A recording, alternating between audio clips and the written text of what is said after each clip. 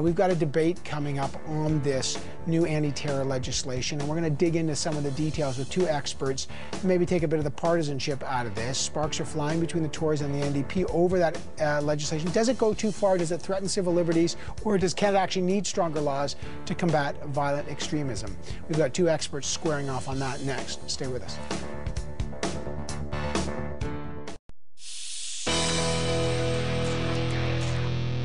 NDP leader Tom Mulcair came out swinging today, denouncing the government's new terror legislation as dangerous, vague, and ineffective. Meantime, Liberal leader Justin Trudeau said that the Liberals will support the bill, but they've got concerns about things like oversight. As for the government, they say the amendments to the legislation are unlikely. We've just heard the heated debate here in Ottawa. We're just learning now there will be time allocation vote tomorrow, maybe in the morning. That means the debate going on today is going to end tomorrow before it goes to committee and then the Senate. The second reading vote is expected next Monday evening. Obviously, it's likely to pass. There's a majority government. Does Canada really need new measures to protect Canadians against terrorism, or can existing laws on the books do the job? Let's get to two people who have looked closely at the bill. Salim Mansur is an associate professor of political science at the University of Western Ontario. He's on the board member of Muslims Facing Tomorrow. He joins us now in London, Ontario. And Amir Attaran is a law professor at the University of Ottawa. Welcome to both of you. Amir Attaran, let me start with you. You heard the debates. The government is saying there's enough oversight. What red flags, if any, are raised with you about this bill, which looks like it will pass? Well, the notion there's enough oversight is ridiculous. This government, only a couple of years ago, eliminated the CSIS Inspector General. They rolled oversight backwards. And of course, the Security Intelligence Review Committee, the other oversight tool, was headed by somebody who's now fled to Panama, Dr. Arthur Porter, and is trying to escape criminal charges in Canada.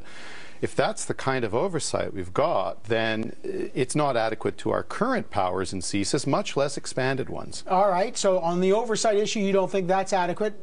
Salim Mansur, what about the oversight? Do you support the bill? Well, look, you know, I mean, there will be enough lawyers in this country that will find problems with any bill, and this bill, they're finding problems.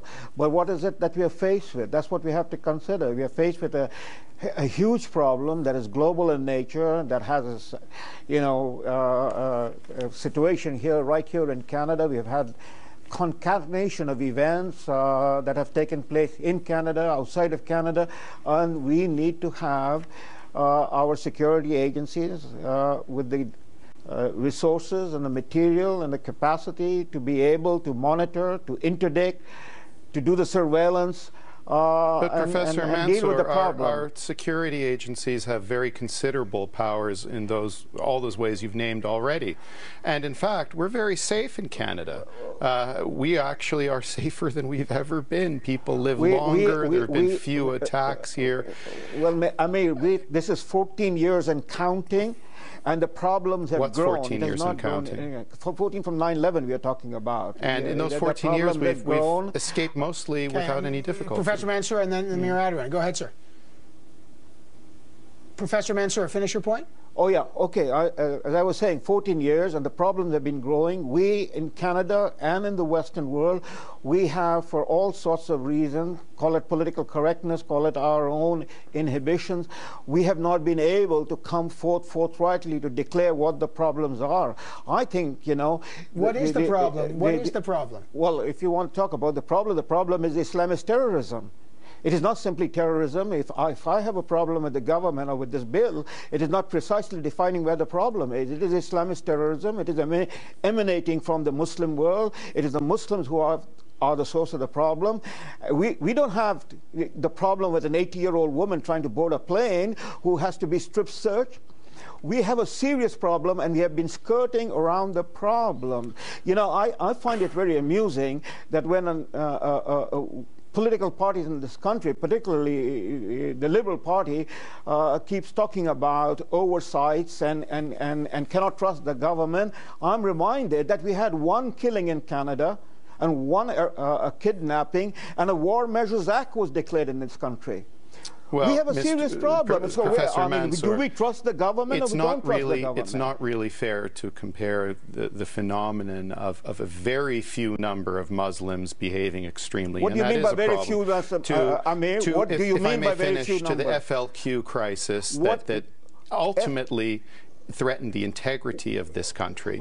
Those are two very different things. No, they're not very different things. We have a serious terrorist problem, and the terrorist problem is emanating from the Muslim community in Canada and the world. And you are telling me that in Quebec, when the population was about 2 or 3 million and a handful of people were running around, and we have now a population in Canada, forget about the world, a Muslim population in Canada that is 1 million, and if we say 1% of 1 million is the source of the radicalized Muslim that are willing to go into our parliament, that 1% is 10,000 people. Professor Mansur is saying there is a legitimate threat here, and he says despite the concerns about the bill, we need new tools to deal with a new threat. What's your response to that? Well, Professor Mansur's argument is a bit overheated and does single out Muslims. But look, if you want to expand the powers of the security intelligence system, the RCMP and CSIS, that is a discussion to have with evidence. And simply arguing that there are a lot of Muslims in the world who are angry with us is not evidence. It's fear-mongering. It's a chicken little argument that the sky is falling. Now, the lawyers. Let me get Amir Attaran, because and I'll get you back here. Yes. So the government is saying we need these new tools, and these are the tools we've got. Well, what's your sense of it? The tools are rather extreme. The tools allow, for example, persons to be put under a peace bond and potentially imprisoned for up to a year without trial, just because we think they may commit a criminal offense. Not that they will. That's one example. Another example is that the bill will authorize CSIS to use techniques, methods of the most extreme kinds, but the red lines are you cannot cause bodily harm and you cannot cause sexual interference. What you could do is this. CSIS could put literally a gun to a person's head and threaten to kill them to get a confession of a kind, and that would be legal. Why? Because putting a gun to the head is not bodily harm. It's just shy of it. Or CSIS could threaten a suspect, we'll rape your wife. Now that's not sexual interference because you're not going to do the rape, but that kind of threat could now come out of a CSIS officer's mouth lawfully. This goes too far for democracy. Professor Mansur, the question is not is that the scope of it. The concern from the NDP is the application. This would not just apply to those who are considered terrorist threats, but it could be applied to anybody who disrupts economic activity, environmental groups, or it gives too much power to CSIS with no oversight. Even though the problem is real, do you believe that this law is the right way to deal with it? Look, we have been going through this argument now since the time when Jean Chrétien brought down his bill on the act of terrorism in 2002, 2003. I don't remember exactly the number of the bill. The same argument had been going on, and you just heard our good friend, the lawyer, cook up scenarios, you know, and that is not fear-mongering, you know. I mean, he talks about, you know, putting a gun on the head and threatening rape when we are having people, you know, quite willing to do much more than that. We're dealing with a homicidal problem.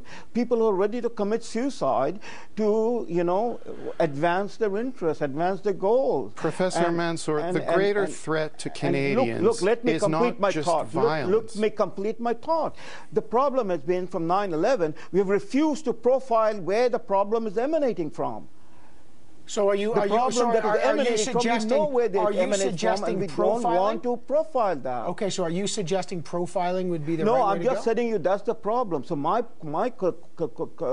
concern or question is, this is we are an advanced democracy. We are a 150-year-old democracy. In this time period, French have had 5 republics. And I'm not going to trust my government and my institutions of government with all of its various institutions of checks and balances. Well, I don't think I got 10 seconds. Yeah. And the problem, the issue is, let me complete my thought. The issue is that there will always be a debate between privacy and security, freedom and security.